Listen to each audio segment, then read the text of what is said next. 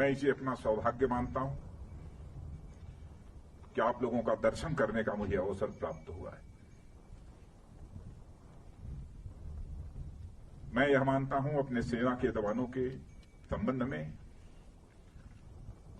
कि वह केवल एक सेना के बहादुर जवान ही नहीं है, बल्कि वह सचमुच भारत की आन बान और शान है।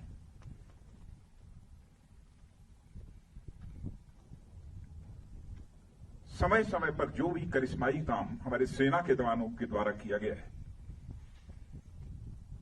उस पर समस्त देशवासियों को नाज है।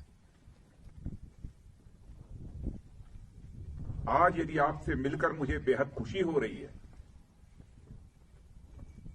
तो मन में एक पीड़ा भी है, गम भी है। हाल में ही भारत और चीन के जवानों के बीच PP-14 पर जो कुछ भी हुआ,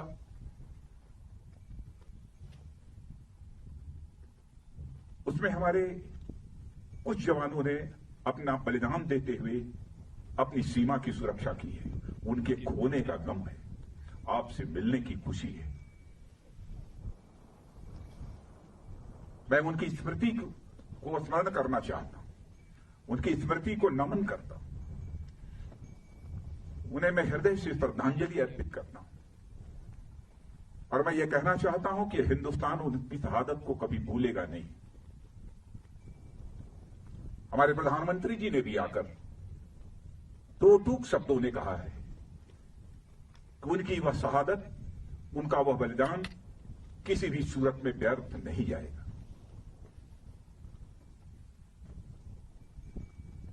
आप जैसे सेना के जवानों को जिन मां बाप ने पैदा किया है, सचमुच मैं शीश झुकाकर उन मां बाप का भी अपनी तरफ से हार्दिक अभिनंदन करता हूं। हाल में जो कुछ भी हुआ है, भारत और चीन के सेना के जवानों के बीच, मैं कह सकता हूं कि आप लोगों ने केवल भारत की सीमा की सुरक्षा नहीं की है, बल्कि भारत के 130 करोड़ भारतवासियों के सम्मान की आपने सुरक्षा की। इसके लिए भी मैं अपनी तरफ से आप सबका हार्दिक अभिनंदन करना चाहता हूं और देश के अपने सारे ऐसे सेना के जवानों का अभिनंदन करना चाहता हूं। कैसी स्वाभिमान की भावना आप सबके अंदर है। क्या आप सब कुछ बर्दाश्त कर सकते हैं, लेकिन अपने स्वाभिमान पर किसी भी सूरत में चोट नहीं बर्दाश्त कर सकते। आप सभी जानते हैं कि मनुष्य के हृदय की सबसे बलवती भावना यदि कोई होती है तो स्वाभिमान की भावना होती है। स्वाभिमान ये व्यक्तिगत भी होता है, समाज का भी होता है, क्षेत्र का भी होता है, परिवार का भी होता है, लेकिन सबसे ऊपर एक स्वाभिमान होता है, राष्ट्रीय स्वाभिमान। यदि व्यक्तिगत रूप से हमें कोई अपशब्दों का प्रयोग करता है तो हमारा व्यक्तिगत स्वाभिमान जागृत हो उठता है और उससे हम दो हाथ करने के लिए तैयार हो जाते हैं। वैसे ही हमारे राष्ट्र की सीमाओं पर यदि कोई आंख उठाकर देखने की जरूरत करता है, उस समय हमारा जो स्वाभिमान जागृत होता है उसे हम राष्ट्रीय स्वाभिमान कहते हैं। इसी राष्ट्रीय स्वाभिमान की भावना के कारण ही आप अपनी जिंदगी की चिंता नहीं करते हैं, अपना सर्वस्व न्यौछावर कर देने के लिए तैयार हो जाते हैं। भारत को आजादी भी मिली है तो इसी राष्ट्रीय स्वाभिमान के भावना के कारण ही मिली है।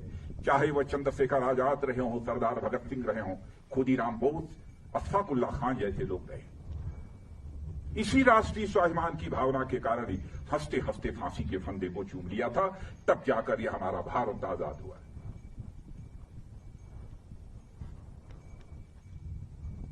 जितना भी आपके बारे में कहा जाए वह कम है।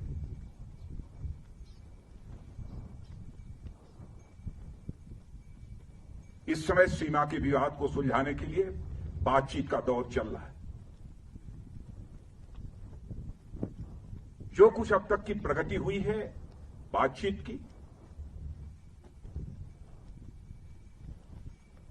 मामला हल होना चाहिए।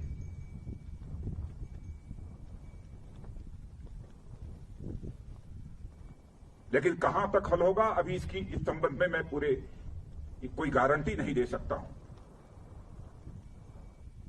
लेकिन मैं इतना यकीन दिलाना चाहता हूं कि भारत की 1 इंच जमीन को भी दुनिया की कोई ताकत छू नहीं सकती है, उस पर कब्जा नहीं कर सकती।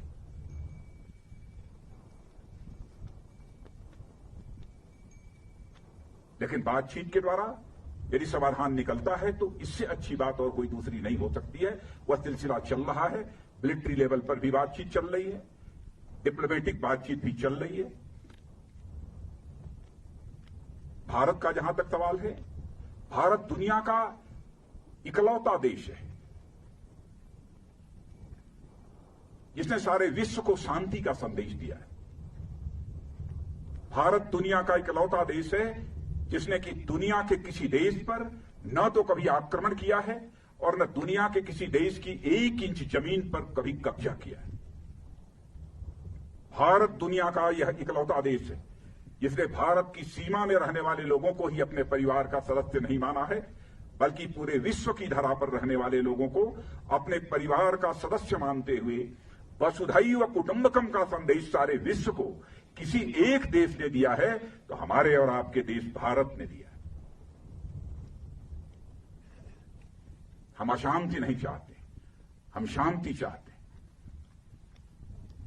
हमारा चरित्र रहा है कि हमने दुनिया के किसी भी देश के स्वाभिमान पर चोट पहुंचाने की कभी कोशिश नहीं की। लेकिन यह भी मैं कह देना चाहता हूं 2 टूक शब्दों में, यदि कोई दुनिया की ताकत हमारे स्वाभिमान पर चोट पहुंचाने की कोशिश करेगी तो उसे किसी भी सूरत पे हम बर्दाश्त नहीं करेंगे, उसका हम मुंहतोड़ जवाब देने के लिए भी तैयार रहेंगे।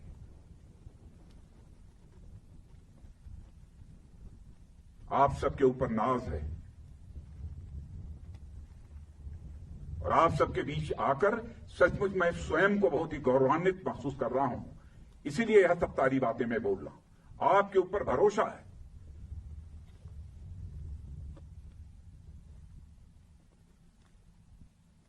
और जिन हमारे जवानों ने अपनी शहादत दी है उसका गम केवल परिवार के लोगों को नहीं है, हम लोगों को भी है, 130 करोड़ भारतवासियों को भी।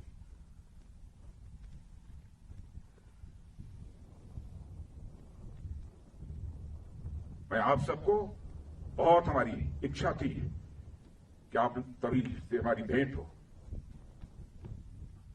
और मित्रों, भरोसा रखना, अब हमारा भारत यह कमजोर भारत नहीं है। भारत का एक सशक्त नेतृत्व है। फिर नरेंद्र मोदी जैसा प्रधानमंत्री हमको मिला है, फैसला लेने वाला प्रधानमंत्री, दृढ़ इच्छा शक्ति का प्रधानमंत्री।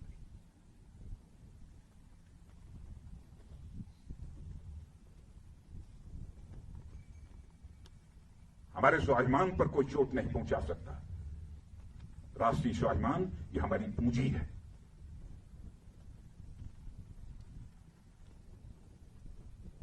आज के अवसर पर मैं समझता हूं कि और अधिक कुछ कहने की जरूरत नहीं है। लेकिन यदि आज हम लद्दाख के क्षेत्र में यहां पर खड़े हैं और इस फॉरवर्ड पोस्ट पर आकर आप सबसे मिलते हुए जहां मुझे बेहद खुशी हो रही है, वहीं पर इसी लद्दाख के कारगिल द्रास सेक्टर में भारत की सीमा की रक्षा करते हुए, 1-1 इंच जमीन की रक्षा करते हुए हमारे सेना के जवानों ने जो शहादत दी है, उनको भी मैं इसमें स्मरण करना चाहता हूं और उनको भी मैं श्रद्धांजलि अर्पित करना चाहता हूं, क्योंकि कारगिल दिवस की भी एनिवर्सरी 26 जुलाई को है। और यहां आया हूं तो मैंने सोचा कि दिल्ली से तो उनको स्मरण करेंगे ही, लेकिन इस लद्दाख की धरती पर आकर उनको स्मरण करना चाहता हूं। और उनकी शहादत सदैव हम सब के लिए एक सोर्स ऑफ इंस्पिरेशन, एक प्रेरणा के स्रोत के रूप में काम करती रहेगी। इन्हीं शब्दों के साथ पुनः आप सबको हार्दिक शुभकामनाएं देता हूं।